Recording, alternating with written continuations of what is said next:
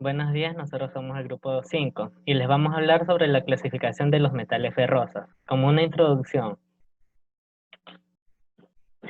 todos los metales que contienen cualquier cantidad de hierro en su forma básica son considerados un metal ferroso.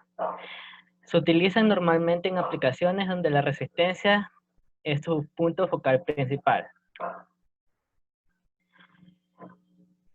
Los metales ferrosos se dividen en dos grandes grupos, aceros y fundiciones. En la parte de acero están conformados por los de baja aleación, los cuales contienen bajo carbono, medio carbono y alto carbono, y los de alta aleación, que son los aceros inoxidables. Los aceros de bajo carbono son los que se producen comercialmente en mayor cantidad. Generalmente contienen menos de 0.25% de carbono. No responden a tratamientos térmicos que formen martensita. Su incremento en la resistencia puede lograrse por medio de trabajo en frío. Su microestructura consiste de ferrita y perlita. Son aleaciones relativamente suaves y débiles, pero con una ductilidad y tenacidad sobresalientes. Son los de menor costo de producción. Sus aplicaciones típicas suelen ser componentes de automóviles, perfiles estructurales, láminas, tuberías, etc. Ahora vamos con los aceros de alta resistencia y baja aleación. Es un subgrupo de los aceros al carbono, poseen bajo carbono. Contienen aleación como cobre, vanadio, níquel, molibdeno, en concentraciones combinadas de 10% o menos. Poseen mayor resistencia que los aceros al carbono. Muchos de ellos pueden ser endurecidos por tratamientos térmicos, además de que suelen ser dúctiles, formables y maquinables. En condiciones normales, los aceros de alta resistencia y baja aleación son más resistentes a la corrosión que los aceros al carbono. Aceros de medio carbono. Suelen tener concentraciones de carbono entre 0.25 y 0.60%. Son tratados térmicamente por austenizado, templado y revenido. Normalmente se utilizan en la condición de revenido.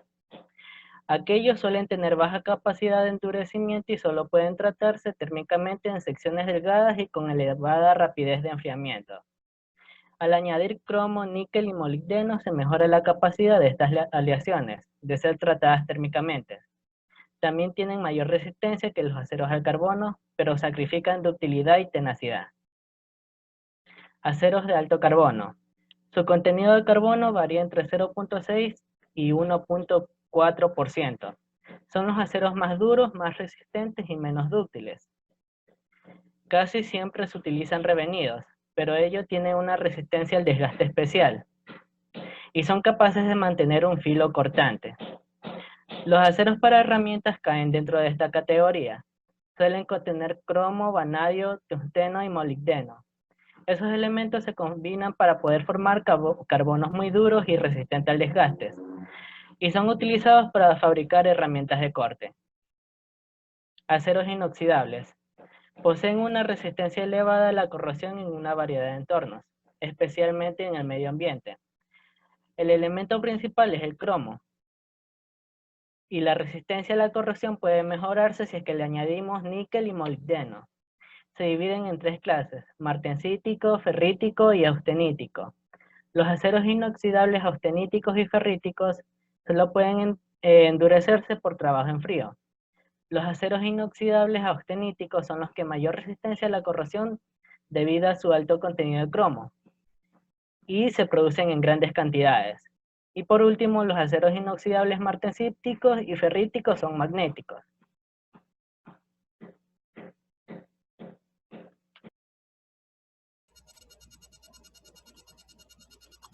Bien, ahora les voy a hablar sobre las fundiciones de hierro. Las fundiciones de hierro son aleaciones de hierro de carbono que van entre 2 y 5%, cantidades de silicio del 2 al 4%, del manganeso del 1%, bajo en azufre y bajo en fósforo. Estos se caracterizan porque se pueden vaciar del horno de cubilote para obtener piezas de muy diferente tamaño y complejidad, pero no pueden ser sometidas a deformación plástica. Estos no son dúctiles ni maleables y son poco soldables, pero sí maquinables, relativamente duros y resistentes a la corrosión y al desgaste.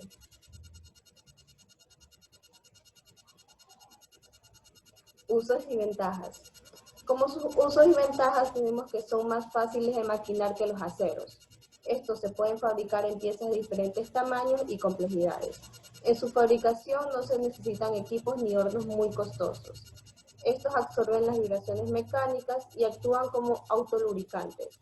Son resistentes al choque térmico, a la corrosión y a la buena resistencia del desgaste. Entre sus propiedades tenemos que es muy frágil, tiene una dureza baja que va entre los 80 a los 100 Hz, resistente al choque térmico, a la corrosión, absorbe las vibraciones, es de bajo costo y poco soldable comparado con el acero. Su aspecto. La superficie exterior en las fundiciones es de color gris oscuro, mientras que la fractura es oscura, en este caso la fundición negra o gris. En la fundición gris o atruchada, tenemos que son puntos claros sobre fondo oscuro o viceversa. En la clara, que es la fundición blanca, al aire libre, la superficie externa se cubre de rumbe, que es óxido hidratado de hierro, que es de color rojo pardo que penetra lentamente el interior.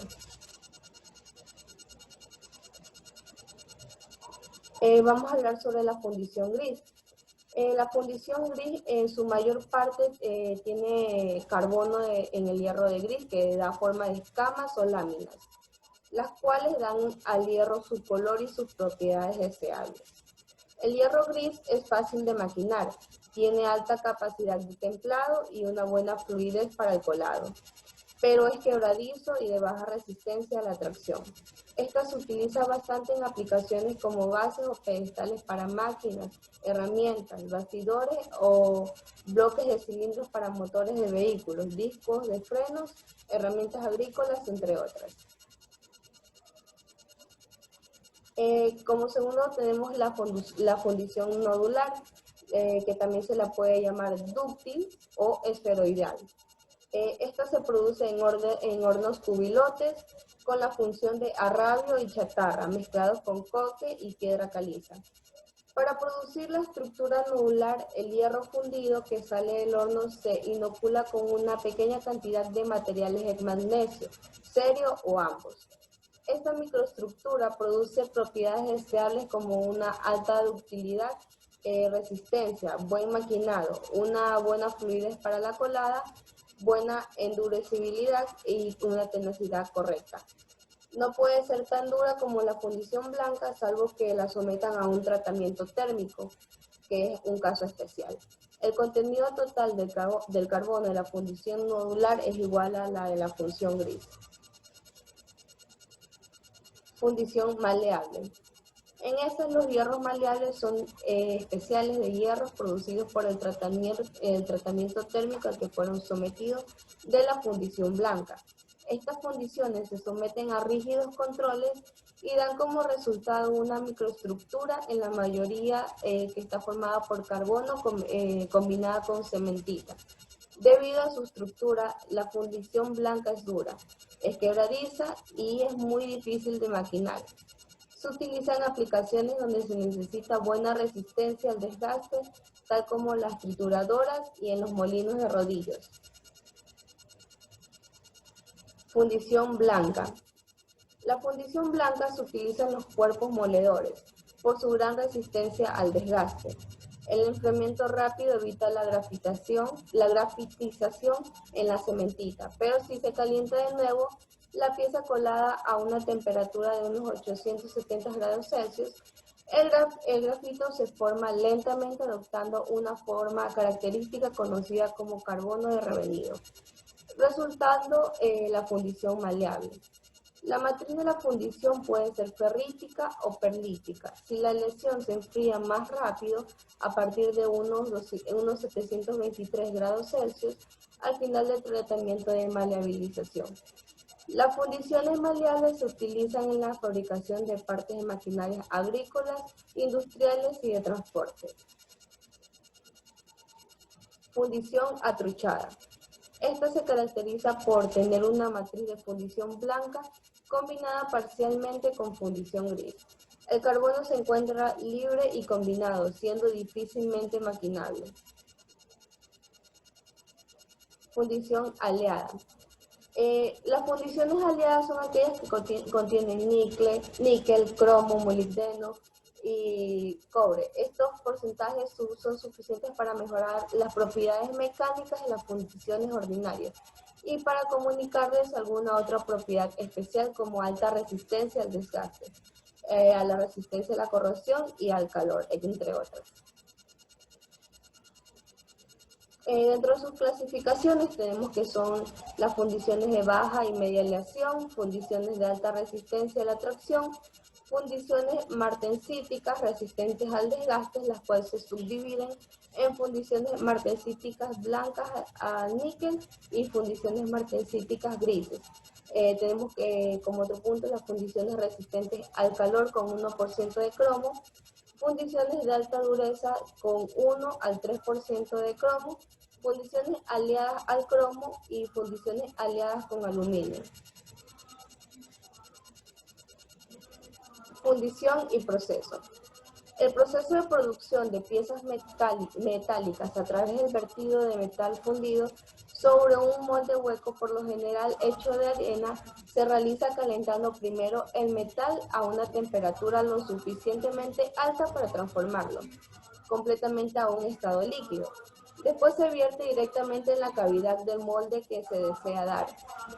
En un molde abierto, el metal líquido se vacía simplemente hasta llenar la cavidad abierta. En un molde cerrado existe una vía de paso llamado sistema de vaciado que permite el flujo del metal fundido desde afuera del molde hasta la cavidad. Este es el más importante en operaciones de fundición.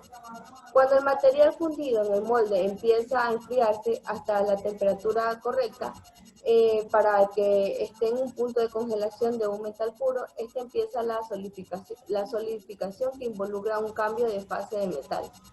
Se requiere tiempo para completar este cambio de fase porque es necesario disipar una considerable cantidad de calor.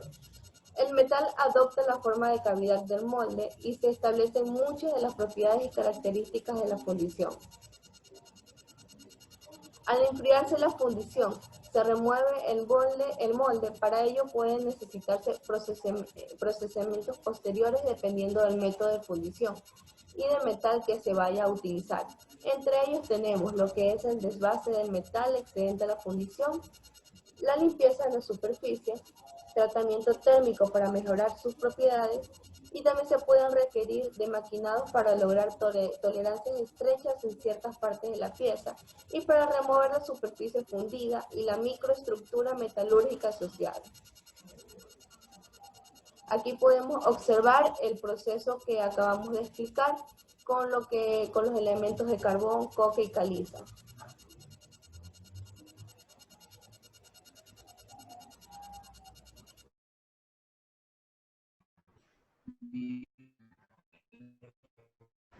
Hola, mi nombre es Mendoza y hoy voy a mencionar qué es una aleación.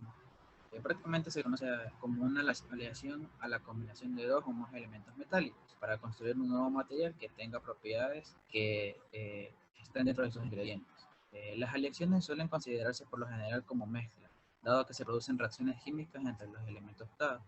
Esto quiere decir que esos átomos no se entrelazan ni cambian su constitución de las moléculas.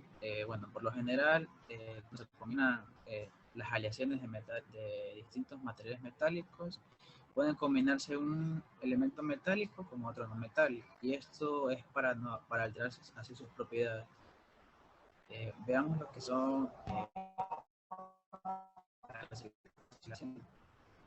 Dentro de las clasificaciones de las aleaciones, existen tres tipos: mezclas sólidas, soluciones sólidas y compuestos intermetálicos.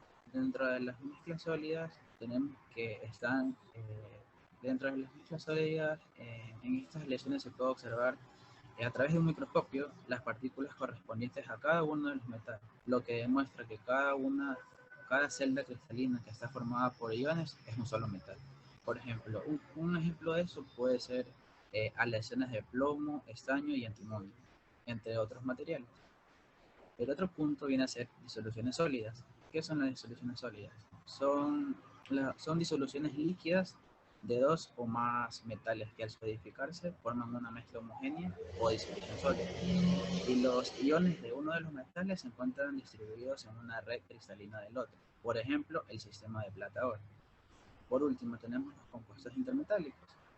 Son aquellos en los que los átomos de diferentes metales están en una proporción determinada, formando verdaderos compuestos químicos. Por ejemplo, la aleación de magnesio-plomo, el latón y la cementita. Ahora veamos sobre los tipos de aleaciones. Dentro de los tipos de aleaciones tenemos dos, que son las aleaciones ferrosas y las aleaciones no ferrosas. Las aleaciones ferrosas tienen como su principal metal de aleación el hierro, que es el más importante y el principal. Por supuesto que es relativamente bajo. Y los aceros inoxidables son las aleaciones ferrosas más importantes a causa de la resistencia a la corrosión en medidas de oxidante. Para hacer un acero inoxidable debe de contener al menos un 12% de cromo, como ya los habíamos visto anteriormente. Y por otro lado tenemos las aleaciones no ferrosas, un metal que no sea el hierro está dentro de estas aleaciones ferrosas. Por ejemplo, las aleaciones de aluminio son las más importantes entre las no ferrosas, principalmente por su ligereza, ya que su precio también es relativamente y la resistencia a la corrosión es elevadamente alta. Y ahora veamos sobre las propiedades. Las propiedades de las aleaciones. Las propiedades de las aleaciones dependen de su composición y el tamaño, su forma y distribución de las fases, y la adición de un componente, aunque sea muy pequeño en proporciones, es incluso menos del 1%, que pueden modificarse intensamente entre las propiedades de dicha aleación. Mira, algo muy importante que tenemos que tener en cuenta aquí es que las propiedades físicas y químicas son en general similares, como lo está dicho en la diapositiva. Pero sin embargo, las propiedades mecánicas, tales como la dureza, la tenacidad, la ductibilidad, pueden ser muy diferentes a las que pueden tener los componentes de forma aislada, ya que si nosotros hacemos una aleación con diferentes tipos de materiales, ¿verdad? Cuando tomamos un material que tiene diferentes compuestos que otro, al juntarlos, obviamente que nosotros vamos a tener diferentes propiedades. De eso se trata las aleaciones, de unir elementos o materiales para formar uno solo que tenga diferentes propiedades que los otros no tengan. Ahora veamos el siguiente tema, el siguiente punto, que son los tratamientos para mejorar las propiedades de dichas aleaciones. En sí existen diferentes tipos de tratamientos. Existen diferentes tipos de tratamientos como los tratamientos térmicos, los tratamientos químicos, los tratamientos mecánicos y los superficiales. Pero vamos a hablar en este momento de los tratamientos térmicos. ¿Para qué sirven o en qué consisten? Los tratamientos térmicos consisten en calentar y enfriar el metal para modificar la estructura cristalina, pero no varían en su composición química. Por ejemplo, el recocido, el temple y el revenido. ¿En qué consiste el recocido? El recocido consiste en que se calienta el metal a cierta temperatura y luego se enfría lentamente, consiguiendo así una mayor plasticidad. El temple, ¿en qué consiste? Se calienta el metal y se enfría bruscamente, consiguiendo así un metal muy duro y resistente mecánicamente. Y por último, el revenido, que es un tratamiento complementario al temple, lo que hace es que mejora la tenacidad del metal y disminuye un poco su dureza. Y existen diferentes tipos de ejemplos que nosotros podemos ver a través de las aleaciones. Por ejemplo, en la diapositiva ejemplos que son fundamentales. Por ejemplo, en los reactores nucleares se utilizan una amplia gama de aleaciones especiales hechas con metales como el berilio, boro, niobio, hafnio y circonio, que absorben los neutrones de forma determinada. En las plantas de desalinización se utilizan aleaciones especiales de cobre, níquel y titanio, diseñadas para resistir los efectos corrosivos del agua salir hirviendo. Y por último, los aceros de baja aleación presentan una buena combinación de alta resistencia y tenacidad, y son aplicación común en la industria de automóviles para usos como grandes guías. Y bueno, eso es todo sobre mi tema, que es aleaciones.